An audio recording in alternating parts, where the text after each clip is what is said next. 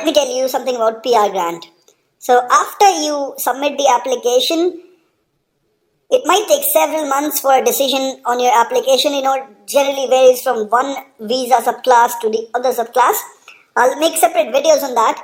So I want to break free.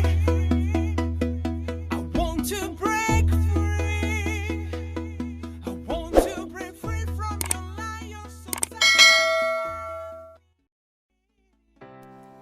hey guys, in this video I'll tell you step-by-step process to apply permanent residency of Australia. I'll tell you the details about it, which all documents are required, the recent rule changes, and details about PR grant as well. So if you're interested, stay tuned.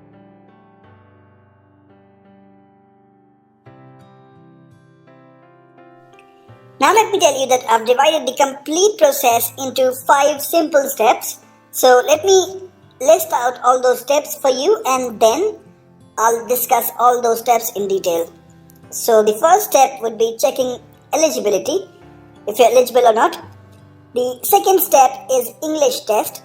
The third step is skill assessment. The fourth step is expression of interest, and the last step is submitting your application. After that, you'll be given PR grant, and we will talk in detail about it as well. Okay, now let's discuss all of these in detail. So, number 1, step 1 is eligibility check. So, checking your eligibility is the first and foremost thing which you should do, and you can do it online.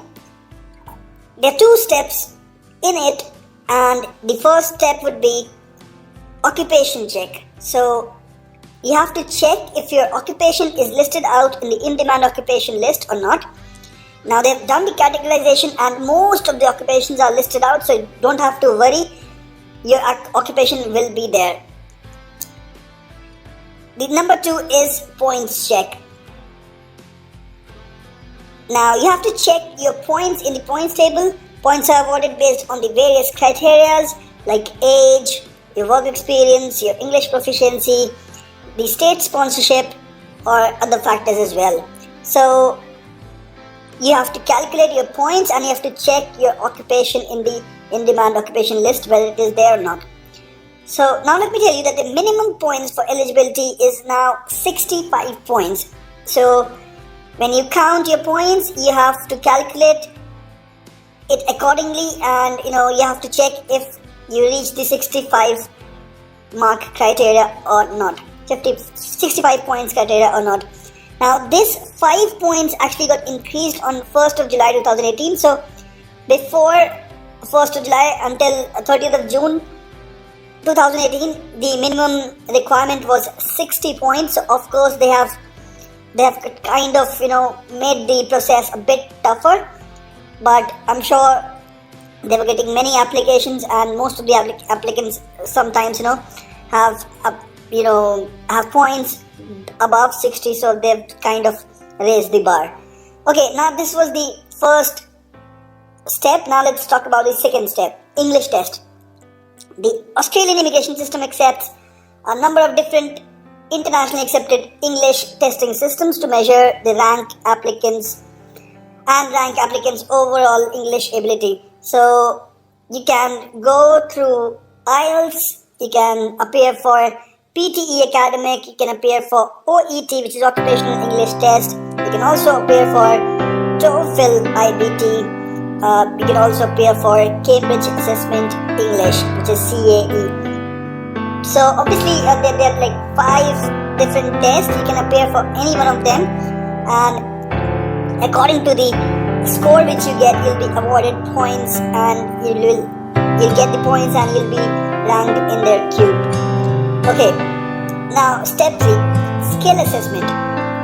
This is very important and very crucial, so please pay attention now. Every occupation has a designated skill assessment authority linked to it, and skill assessment can be conducted only by that authority. Now, let's let me just show you which all authorities are there. So for software engineers, there would be Australian Computer Society, which is ACS. For electrical, mechanical, civil, biomedical and other engineers, there's Engineers Australia. Skills related to medical field, there's Medical Board of Australia. These are just 3 examples. How you can find it: when you'll find the occupation, you'll actually find the assessment body over there, assessing authority over there. So it's very easy. I'll explain it to you in detail in the next video how to find it. So Skill Assessment Authority is an organization which is responsible for comparing skills, education and work experience for visa applicants to Australian standards. Documents related to education and work experience need to be submitted, and payment of around 500 Australian dollars needs to be done at this point. Now, this may vary from one organization to the other, but this is roughly rough estimate of the payment. The documents for education include mark sheet and degree certificates, and documents for work experience include reference letters, affidavits, and work experience letters. So I'll make separate videos for all these steps, so I'll discuss all these steps in detail. So this was about skill assessment. Step 4. Expression of interest. This is also called EOI. So EOI is a method of showing your interest in applying for a skilled visa to migrate to Australia. It is an online form to Skill Select. Now Skill Select is an application, so you don't worry about that. It's an online form in Skill Select which asks a series of questions about your skills depending on the visa subclass you select. So there are 3 visa subclasses: visa 189, visa 190 and 489. So you have to select your visa subclass over there. Details related to education, work experience, family, skills assessment and language test are supposed to be entered while you're filling up the form for your EOI. Now, based on the information provided in the application, points will be calculated by them. So earlier you calculated your points according to you through the points table. Now they will calculate and they will assess you. Based on the number of points and in-demand jobs, you will get an invitation. There's no timeline decided for this invite, so probably someone who has got 75 points, there are high chances that he or she would get the invite first. Somebody with 65 points would get it later on.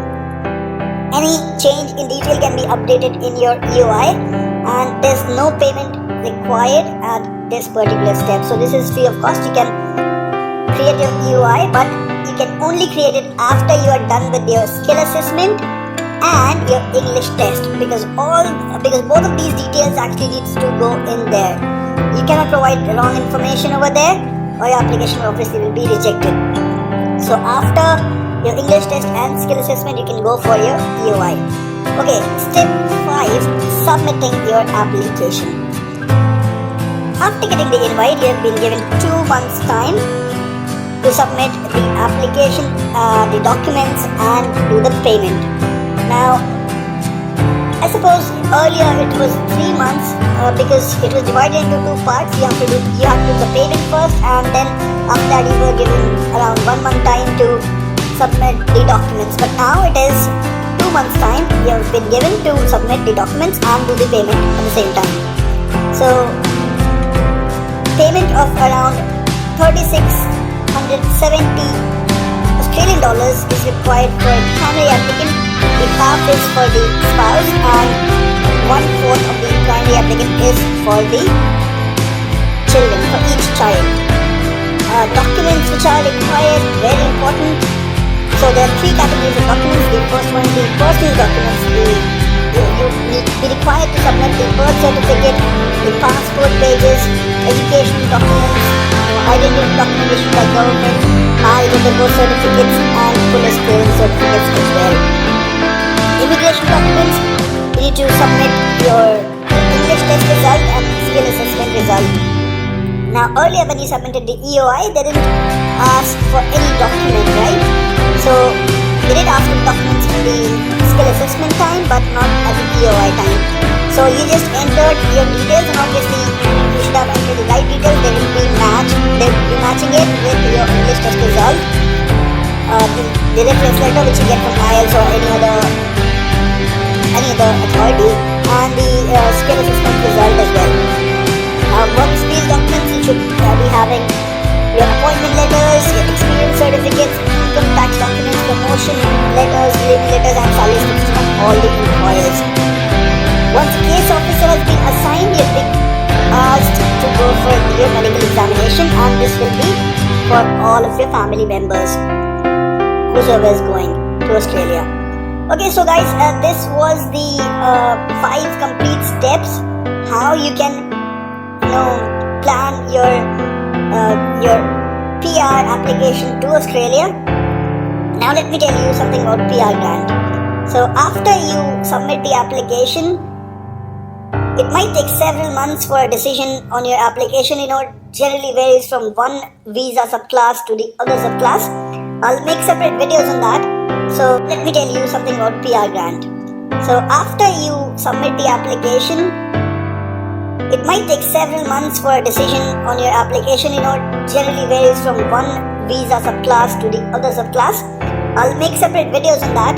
So let me tell you about the processing times. Anything like 4 months to 7 months, something like that. So I'll tell you in detail in different videos.